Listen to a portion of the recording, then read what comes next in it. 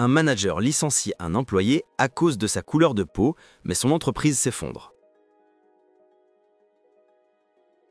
Au cœur d'une capitale vibrante, l'entreprise Delmas Industries brillait comme un joyau économique. Ses tours de verre reflétaient le soleil et donnaient l'impression d'une solidité indestructible. Les journaux présentaient la société comme un modèle de prospérité et les investisseurs s'arrachaient ses actions. Dans ce décor flamboyant, Victor Delmas, le directeur général, aimait se donner en spectacle. Costume sur mesure, montre hors de prix, sourire calculé, tout en lui respirait la réussite. Aux yeux du public, il était un visionnaire. Un homme moderne qui avait su bâtir un empire en quelques décennies. Mais derrière ce vernis doré, une autre vérité existait. L'entreprise, sous son apparente stabilité, reposait sur des fondations fragiles. Victor refusait d'écouter les voix discordantes, rejetait toute critique et croyait que ses préjugés ne pouvaient avoir aucune conséquence. Il se persuadait que son autorité suffisait à maintenir l'ordre et à faire taire les doutes. Cette illusion de puissance allait pourtant bientôt se fissurer. Un choix injuste, motivé par son orgueil et ses croyances discriminatoires,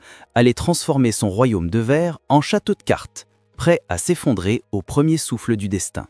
Victor Delmas n'avait jamais douté de lui-même. Pour lui, ses décisions n'avaient pas besoin d'être justifiées. Elles étaient naturelles, comme une vérité évidente. Il se croyait supérieur, persuadé que son intuition valait plus que n'importe quelle compétence technique ou humaine. Cet excès de confiance était applaudi par certains actionnaires qui confondaient sa dureté avec de la force de caractère. Mais en réalité, Victor était prisonnier de son arrogance. Derrière les portes fermées de son bureau luxueux, il affichait son vrai visage. Ses propos méprisants envers certains employés trahissaient des convictions profondément ancrées. Pour lui, la diversité était une menace, une anomalie qui risquait de perturber l'équilibre qu'il prétendait maintenir. Ses décisions de recrutement et de promotion étaient teintées d'un racisme qu'il croyait invisible. Mais les murmures dans les couloirs commençaient à révéler son comportement. Victor aimait pourtant se convaincre qu'il était indispensable. Il pensait que son charisme suffisait à protéger l'entreprise de toute crise. Cette illusion renforçait son mépris envers ceux qu'il considérait comme inférieurs. Aveuglé par ses certitudes, il ne voyait pas que son ignorance le conduisait droit vers un gouffre. La chute avait déjà commencé.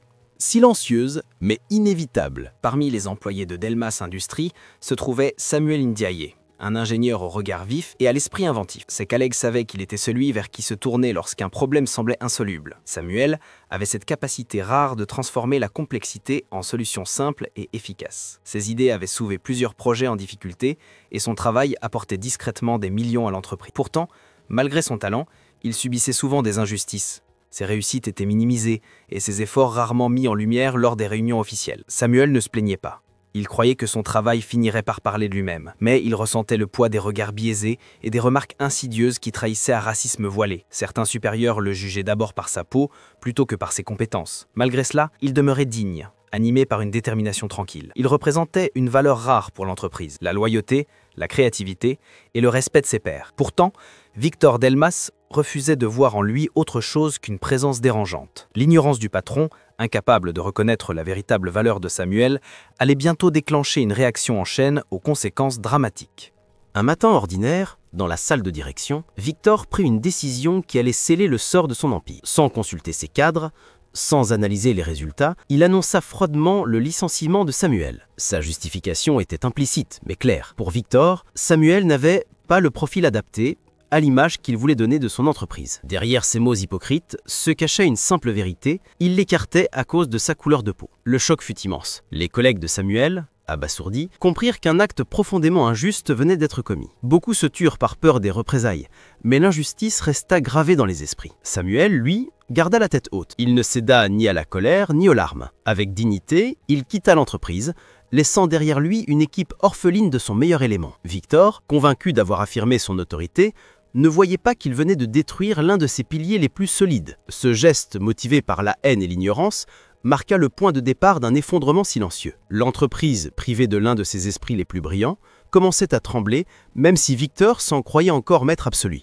Après le départ brutal des Samuel, un silence pesant s'installa dans les bureaux de Delmas Industries. Ses collègues, bien qu'indignés, n'osaient pas s'exprimer. La peur de perdre leur emploi dominait toute tentative de contestation. Pourtant, dans les regards échangés autour des ordinateurs et dans les murmures de la cafétéria, la colère grandissait. Beaucoup savaient que Samuel n'avait rien fait pour mériter un tel sort. Ils avaient vu ses innovations sauver des projets entiers et ses solutions inspirer de nouvelles stratégies. Mais dans une entreprise dirigée par un homme comme Victor, la justice semblait inexistante. Certains employés songèrent à démissionner, d'autres envisagèrent de dénoncer anonymement l'injustice, mais tous restèrent paralysés par l'incertitude. Victor, convaincu que son autorité avait été renforcée par cette décision, se félicitait en privé. Il pensait avoir imposé le respect alors qu'il n'avait semé que la peur et le ressentiment. Ce malaise devint une fissure invisible dans les fondations de l'entreprise.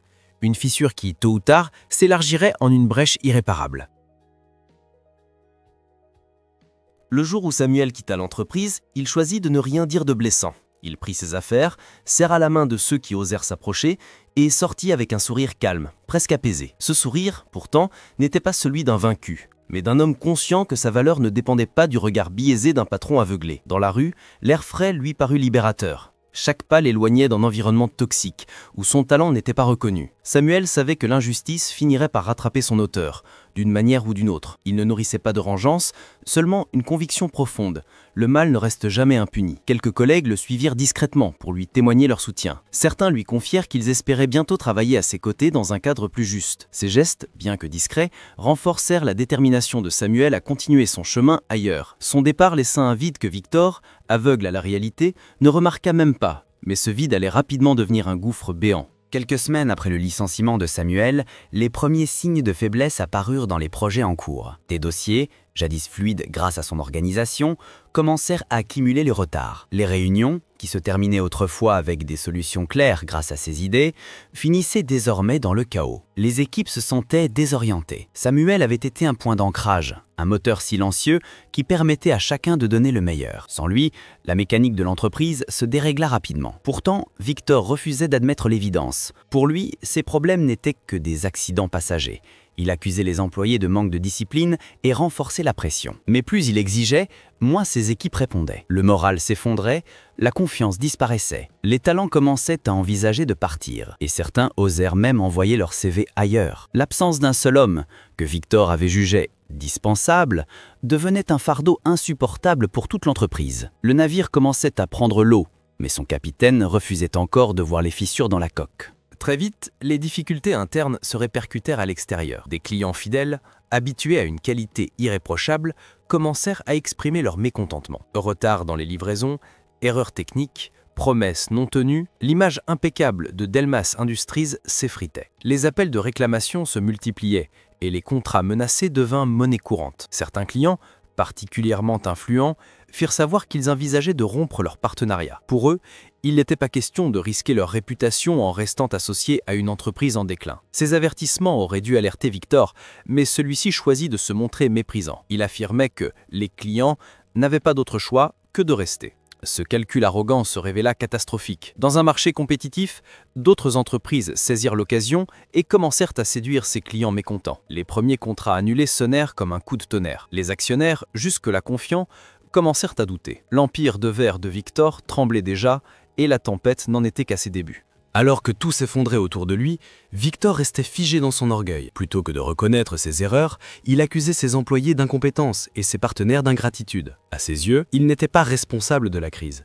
Il croyait encore que sa seule volonté suffirait à inverser la tendance. Lors des réunions, il criait plus qu'il n'écoutait. Il imposait des délais impossibles, exigeait des résultats irréalistes et menaçait de nouveaux licenciements. Ses managers, tétanisés, n'osaient plus lui dire la vérité. Le rapport édulcoré ne faisait qu'aggraver l'aveuglement du patron. Pourtant, les chiffres parlaient d'eux-mêmes, les ventes chutaient, la productivité baissait, et le climat de travail était devenu insoutenable. Mais Victor, prisonnier de sa propre arrogance, se persuadait qu'il contrôlait encore la situation. Ce refus d'affronter la réalité n'était pas seulement dangereux, il précipitait la chute, car plus il niait l'évidence, plus l'effondrement s'accélérait, inexorable et irréversible. À mesure que la situation empirait, un malaise croissant se répandit dans les couloirs de l'entreprise. Les employés, autrefois motivés par un esprit d'équipe, se sentaient désormais écrasés par le poids des exigences d'irréalistes. Beaucoup travaillaient la peur au ventre, redoutant de devenir les prochains sacrifiés d'un patron capricieux. Certains commencèrent à se regrouper discrètement, échangeant leurs frustrations dans des cafés voisins. loin des oreilles indiscrètes. Il parlait de départ collectif, de lettres anonymes aux autorités, voire de lancer une action syndicale. Victor, cloîtré dans son bureau luxueux, restait persuadé que la discipline se maintenait. Mais ce qu'il prenait pour de la soumission n'était en réalité que de la lassitude et de la résignation. Chaque jour, un peu plus de confiance s'évaporait. Chaque semaine, un peu plus de loyauté disparaissait. Les employés n'attendaient plus que l'occasion de fuir ce navire en perdition. L'entreprise, autrefois fière et respectée, se transformait en une forteresse assiégée par ses propres habitants. Et dans ce silence pesant, une révolte larvée prenait racine, prête à éclater au grand jour. L'inquiétude gagna rapidement les sphères supérieures. Les actionnaires, qui avaient longtemps applaudi la réussite flamboyante de Victor, commencèrent à se pencher sérieusement sur les chiffres. Les bénéfices, en chute libre, révélaient une réalité inquiétante. Des réunions extraordinaires furent convoquées et certains investisseurs demandèrent des explications claires. Mais comme toujours, Victor répondit par des discours grandiloquents. Il parlait de fluctuations passagères, de stratégie à long terme et promettait que les résultats reviendraient à la normale. Son ton autoritaire intimida certains, mais beaucoup n'étaient plus dupes. Les rumeurs internes concernant le licenciement injuste de Samuel avaient atteint leurs oreilles. Quelques actionnaires comprenaient que cet acte discriminatoire avait été l'élément déclencheur de la crise actuelle. Malgré tout, Victor refusait de reconnaître sa faute. Il croyait encore pouvoir dompter la tempête par ses belles paroles. Mais les actionnaires, de plus en plus méfiants, commencèrent à se rapprocher les uns des autres, à discuter en coulisses de mesures plus radicales. Le doute s'était installé, et une fois semé, il ne ferait que croître, jusqu'à devenir un véritable ouragan. La chute de Delmas Industries franchit une nouvelle étape lorsque la presse découvrit l'histoire. Un ancien collègue de Samuel, révolté par l'injustice, contacta un journaliste pour raconter les coulisses du licenciement. Très vite, l'affaire fit la une des journaux. Licenciement raciste au cœur d'une multinationale. Les titres s'enchaînèrent, les chaînes de télévision relayaient le scandale, et les réseaux sociaux s'enflammèrent. L'image lisse et parfaite de Victor s'écroula en quelques jours. Des campagnes de boycott virent le jour, des influenceurs dénoncèrent son comportement et des associations de lutte contre les discriminations lancèrent des procédures. Pour la première fois, Victor se retrouva acculé. Il tenta maladroitement de se défendre en parlant de malentendus et de fausses interprétations. Mais ses propos arrogants ne firent qu'attiser la colère publique. Les clients, déjà mécontents, trouvèrent là une raison supplémentaire de couper les ponts. Les actionnaires furieux se sentirent trahis. Ce qui n'était au départ qu'une fissure devint un séisme. L'entreprise, autrefois symbole de réussite, devint synonyme de scandale et d'injustice. Et pour Victor, l'étau se refermait inexorablement. Face au chaos grandissant, de nombreux employés décidèrent qu'il était temps de partir. Les démissions se multiplièrent, d'abord discrètes, puis massives. Des ingénieurs clés, des cadres compétents et même des assistants indispensables quittèrent le navire, attirés par des concurrents heureux de les accueillir. En quelques semaines, Delmas Industries perdit une part énorme de son capital humain. Les bureaux se vidèrent. Les projets s'arrêtèrent et les équipes restantes se retrouvèrent submergées. Le départ des meilleurs employés révéla une vérité cruelle. Victor avait toujours cru qu'il était le seul maître à bord, mais la véritable richesse de son entreprise résidait dans les personnes qu'il méprisait. La presse s'empara de cette nouvelle hémorragie et les clients y virent la preuve définitive que Delmas Industries n'était plus fiable. La spirale descendante s'accéléra. Ce qui avait pris des années à construire s'effondrait en quelques mois. Victor, lui, ne voyait toujours pas l'évidence. Il s'obstinait à croire que ses départs étaient des trahisons personnelles et non le résultat de ses propres erreurs. Cette incapacité à se remettre en question achevait de précipiter son empire dans l'abîme. La situation financière devint bientôt catastrophique. Les comptes bancaires se vidaient à une vitesse alarmante, les dettes s'accumulaient et les partenaires financiers exigeaient des garanties que Victor n'était plus capable de fournir. Les banques, autrefois empressées de soutenir Delmas Industries, fermèrent leurs portes. Les clients avaient fui, les employés avaient déserté et les actionnaires préparaient en secret une motion pour écarter Victor de la direction. Mais ce dernier, enfermé dans son déni, persistait à croire à un miracle. Il parlait encore de nouveaux projets, de contrats imaginaires et de sauvetages improbables. Plus personne ne le croyait. Mais lui s'accrochait à ses illusions comme à une bouée percée. Les tribunaux commencèrent à recevoir des plaintes et les autorités financières ouvrirent une enquête. Chaque jour apportait une nouvelle catastrophe. Le mur approchait et il n'y avait plus aucun moyen de l'éviter. Ce qui avait été bâti sur l'orgueil, la discrimination et l'ignorance s'écroulait désormais à une vitesse vertigineuse. La fin n'était plus une possibilité. Elle était devenue une certitude.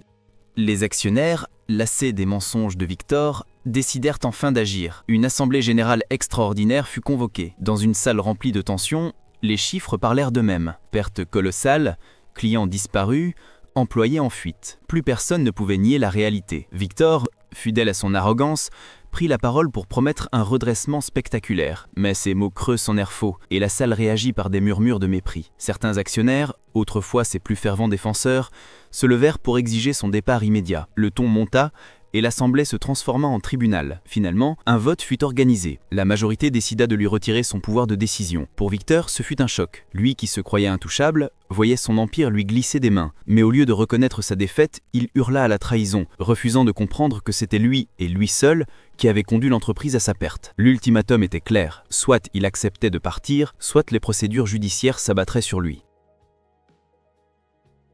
Pendant que les actionnaires débattaient, les derniers clients majeurs décidèrent de mettre un terme à leur contrat. Les annonces tombèrent comme une avalanche. Des partenariats historiques, qui avaient assuré la renommée de Delmas Industries, prirent fin du jour au lendemain. Les concurrents, plus agiles et mieux organisés, accueillirent ces clients avec enthousiasme. Dans la presse, on titra « Le roi est déchu ». La réputation de Victor, jadis symbole de réussite, n'était plus qu'un souvenir. Le nom même de son entreprise devint synonyme de discrimination et d'échec. Sans clients, sans revenus, Delmas Industries devint une coquille vide. Les locaux autrefois animés résonnaient désormais du silence d'étages entiers abandonnés. Les bureaux de verre, symboles de puissance, se transformèrent en tombeaux de projets inachevés. Victor, incapable d'accepter la réalité, errait dans les couloirs désertés comme un fantôme, refusant de voir que tout était fini. Mais le monde extérieur ne l'attendait plus. Le coup final avait été porté, et il n'y avait aucun retour possible.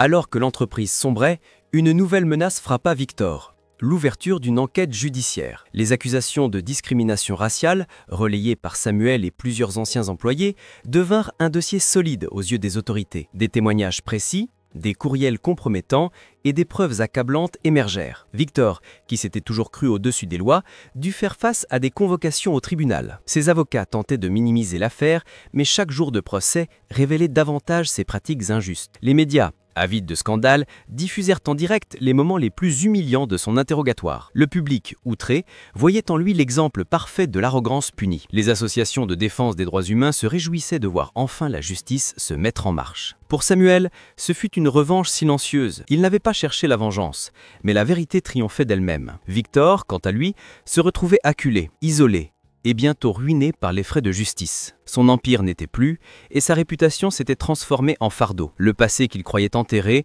revenait le hanter avec une force implacable. La chute ne s'arrêta pas à la perte de l'entreprise. Victor vit ses biens saisis, ses comptes gelés, et son luxueux mode de vie s'effondrer comme un château de cartes. Ses appartements somptueux, ses voitures de collection et ses voyages prestigieux appartenaient désormais au passé. Ses anciens amis, qui gravitaient autour de lui tant qu'il était puissant, disparurent les uns après les autres. Seul, ruiné et méprisé, il découvrit la froideur de la solitude. Ce qui restait n'était pas des soutiens, mais des créanciers exigeant leur dû. Les journaux publiaient des photos de lui, fatigué, vêtu de costumes défraîchis, errant devant les tribunaux. Ce n'était plus le dirigeant charismatique que la ville adulait, mais un homme brisé, symbole vivant des ravages de l'orgueil et du racisme. Victor, dans son isolement, commença à comprendre, trop tard, que son empire ne s'était pas écroulé à cause de la malchance, mais par ses propres choix. Sa haine et son ignorance avaient été les vrais fossoyeurs de sa grandeur. Pendant que Victor sombrait, Samuel traçait son propre chemin. Grâce à ses compétences, il trouva rapidement un poste dans une autre entreprise, cette fois reconnue pour ses valeurs de justice et d'égalité. Là, son talent fut pleinement mis en lumière. Ses idées innovantes permirent de développer de nouveaux projets qui remportaient un succès éclatant. Ses collègues l'admiraient, ses supérieurs le respectaient, et bientôt, Samuel devint un symbole d'inspiration pour beaucoup. Son nom était associé non seulement à la compétence, mais aussi à la dignité face à l'injustice. Il ne chercha jamais à se venger de Victor. Pour lui, la véritable victoire résidait dans sa réussite personnelle et dans le fait de prouver que le talent ne peut être écrasé par la haine. Ses proches, fiers de lui, voyaient en son parcours la preuve que la dignité et la patience sont plus fortes que l'arrogance et l'ignorance. Alors que l'ancien patron vivait sa chute, Samuel incarnait l'avenir, un avenir bâti sur la justice, le respect et la reconnaissance des véritables valeurs humaines. L'histoire de Delmas Industries devint un exemple cité dans les écoles de commerce, les journaux et les conférences. On racontait comment un seul acte injuste, motivé par le racisme, avait suffi à déclencher l'effondrement d'un empire bâti sur l'orgueil. Victor, réduit à l'anonymat et à la ruine, symbolisait le prix à payer pour ceux qui refusent de voir l'égalité comme une richesse. Samuel, à l'inverse, représentait la résilience, la dignité et la force tranquille qui finit toujours par triompher. La morale de cette histoire était claire. L'injustice finit toujours par se retourner contre son auteur. L'arrogance, attire la chute, tandis que la persévérance et le respect ouvrent les portes de la véritable réussite. Aux jeunes générations, on répétait « N'imitez pas Victor, soyez comme Samuel, car si la haine détruit, la dignité construit. » Et vous, qui avez suivi ce récit jusqu'à sa fin, souvenez-vous, chaque choix que l'on fait trace notre avenir. Alors choisissez la justice, la vérité et le respect. Et si vous voulez découvrir d'autres histoires marquées par le poids du destin, abonnez-vous pour ne rien manquer.